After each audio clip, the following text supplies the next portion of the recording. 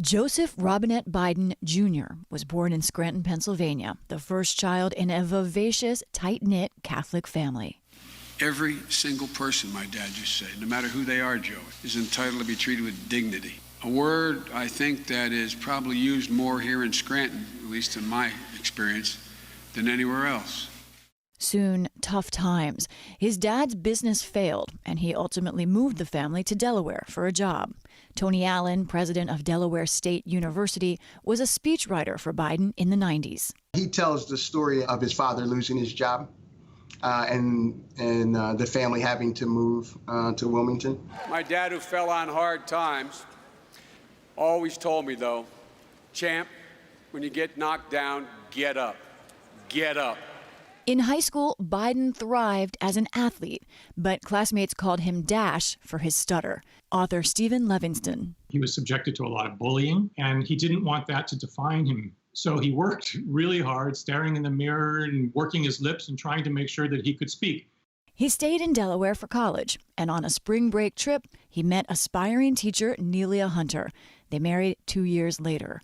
Biden got a law degree and almost immediately jumped into local politics in the state's largest county. Joe Biden started his political career as a Newcastle County councilman. The 20-something councilman soon had 3 small children. He also had growing ambition. And in 1972, Biden ran for U.S. Senate, an utter long shot. Let's take a look now at some of the very close Senate races. Delaware is the first state. J. Caleb Boggs, who is the incumbent Republican, being challenged by Joseph Biden. By just 3,000 votes in the end, he won. Biden was an instant national headline. Days after the election, he turned 30 and celebrated with his wife. But 1 month after that, tragedy. A car crash took the lives of wife Nelia and their 1-year-old daughter, Naomi. Their sons Hunter and Beau were injured, and Biden, who initially considered resigning, was sworn into the Senate from beside Beau's hospital bed. So help you God. I do. Congratulations, Senator. Thank you. If in 6 months or so there's a conflict between my being a good father and being a good senator, which I hope will not occur, we can always get another senator, but they can't get another father. Terrible tragedy. Nina Totenberg is the justice correspondent for National Public Radio. I have a dim recollection of him being sort of a zombie for a little while, just sort of walking through the steps that you take to survive. Biden commuted on Amtrak some 4 hours a day to be home with his kids at night. Joe Biden was a complete newbie. He was close to college age. And the people who really had power in the Senate in those days were the Dixiecrats, the old bulls.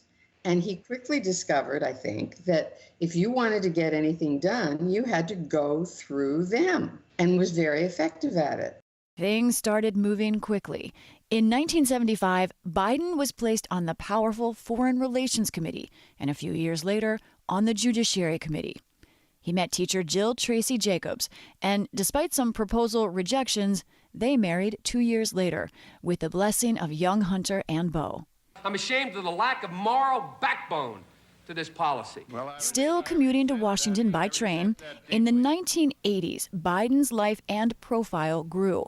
Daughter Ashley was born, and 1987 marked his first campaign for president.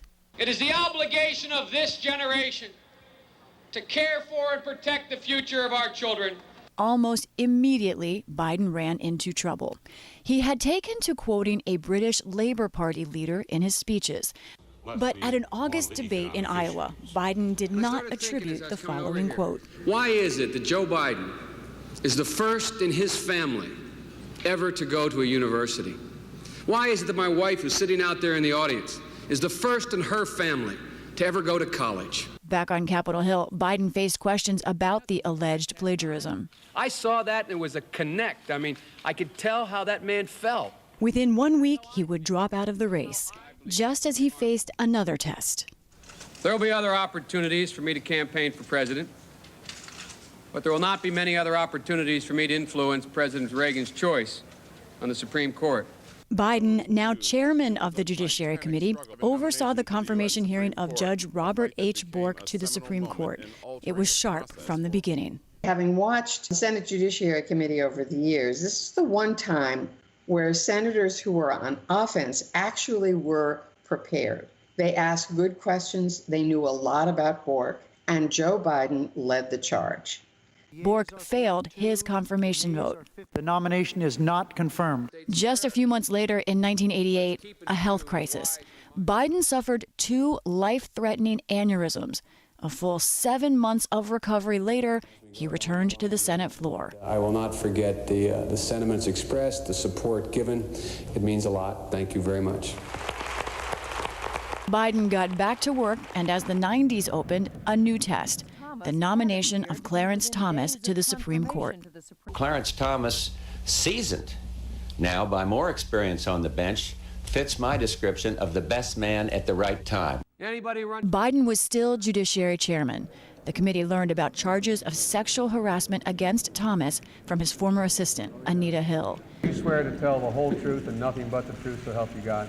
I do. Other women came forward to testify, but Biden agreed with Republicans to limit the testimony to Hill alone. The televised hearings gripped the nation. His conversations were very vivid. He spoke about acts that he had seen in pornographic films involving such matters as women having sex with animals and films showing group sex or rape scenes. It would all make a searing impression on some women watching, like Amy Allison, the founder of the pro-women group She the People. I was an undergraduate, and I went to the common room in our dorm to watch the hearings. I saw the way that she was being treated by the white men on the Senate Judiciary Committee, both Democrat and Republican. Joe Biden was among them. Biden stressed he would run a fair hearing. I have not made my judgment based upon this proceeding because we have not heard all the evidence. But his handling of it and the fact that other corroborating witnesses were never called has raised sharp scrutiny.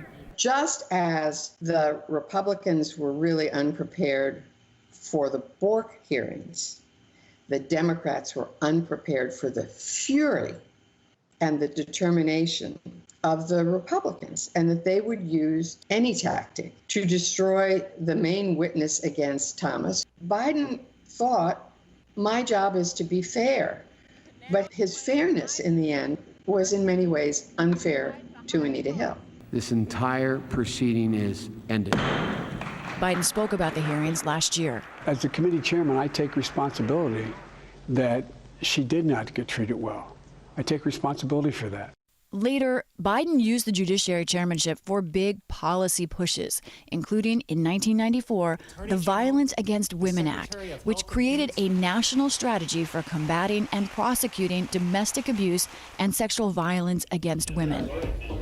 He also led on a more controversial bill that was attached, the 1994 crime bill that imposed longer sentences for drug crimes and other offenses. It may have seemed, and did seem, entirely reasonable in the middle of a crime epidemic. But in hindsight, it resulted in locking up a generation of black and brown and poor white people. The gathering threat of Iraq As the new century opened, with George W. Bush elected twice, Biden again thought it was his time. And he started dropping hints that he wanted another shot at the White House himself. In 2007, Joe Biden had been a U.S. Senator for 43 years, ready to try once again for a different job. Friends, today I file the necessary papers to become candidate for President of the United States. In early January, he announced he was running for president. All right. But it was a rough start from the beginning. In an interview with the New York Observer, Biden described his presidential opponent, Barack Obama, saying, I mean, you got the first mainstream African American who is articulate and bright and clean and is a nice-looking guy. I mean, that's a storybook, man. Add to that stumble, he was battling a crowded, star-studded field. Author Steve Levinston wrote the book Barack and Joe. Joe Biden's 2008 campaign flamed out pretty quickly. He never really got any traction. Biden dropped out in January 2008 after placing 5th in the Iowa caucuses. He left the trail, choosing not to endorse either of the frontrunners, his fellow senators, Hillary Clinton or Barack Obama. Hope is what led me here today. In late May, Obama emerged as the presumptive nominee, in need of a running mate. Patty Solis Doyle was waiting for the news, too. She was chief of staff to whomever would be picked for VP. Obama and his team were really looking for someone who could partner in the actual governing because there was so much to do. They were looking for someone who could bring some of the demographic constituents that the then nominee did not have, in particular, white working class voters. And lo and behold, Joe Biden checked all those boxes. Obama was just a junior senator who didn't have a lot of experience with legislation, getting things through Congress. Biden was a master. He was able to go across the aisle. He could really help Obama legislatively.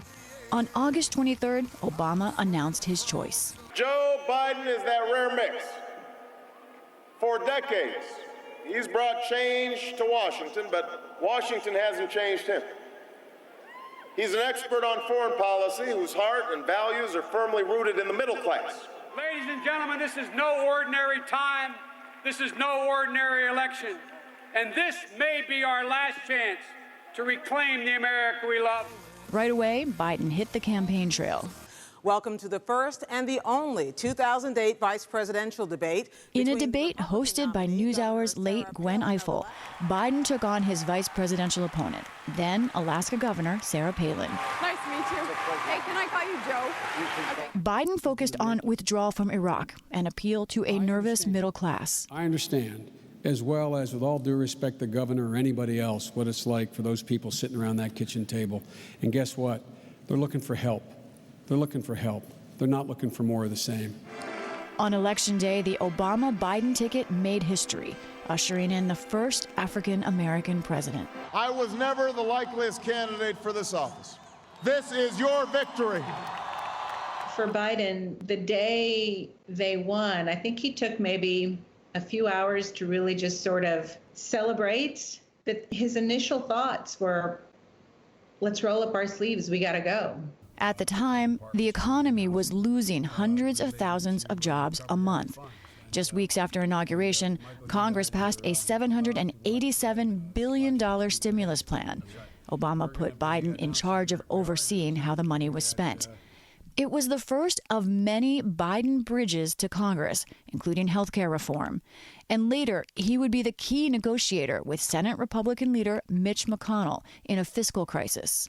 He had these long standing relationships on both sides of the aisle, both Democrat and Republican. And when you have a divided government, that's a very important role.